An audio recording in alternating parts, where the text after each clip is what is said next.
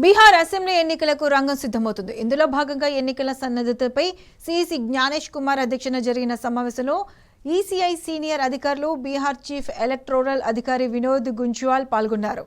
రాష్ట్రంలో గుర్తింపు పొందిన 12 రాజకీయ పార్టీలకు చెందిన ప్రతినిధులు హాజరయ్యారు. ఎన్నికల నిర్వహణపై వారి అభిప్రాయాలను ఈసీఐ అధికారులు అడిగి తెలుసుకున్నారు.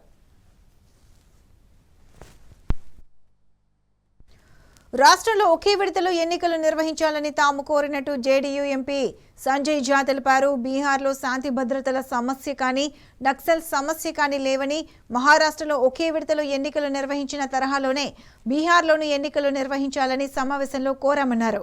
రాబోయే బీహార్ అసెంబ్లీ ఎన్నికలను 1 లేదా 2 దశల్లో నిర్వహించాలని, బుర్కా ధరించిన మహిళలు పోలింగ్ బూతులలో వారి ఓటరు ఐడి ఛాయాచిత్రాలతో సరిగ్గా ధృవీకరించబడాలని బీజేపీ ఎన్నికల సంఘాన్ని కోరింది.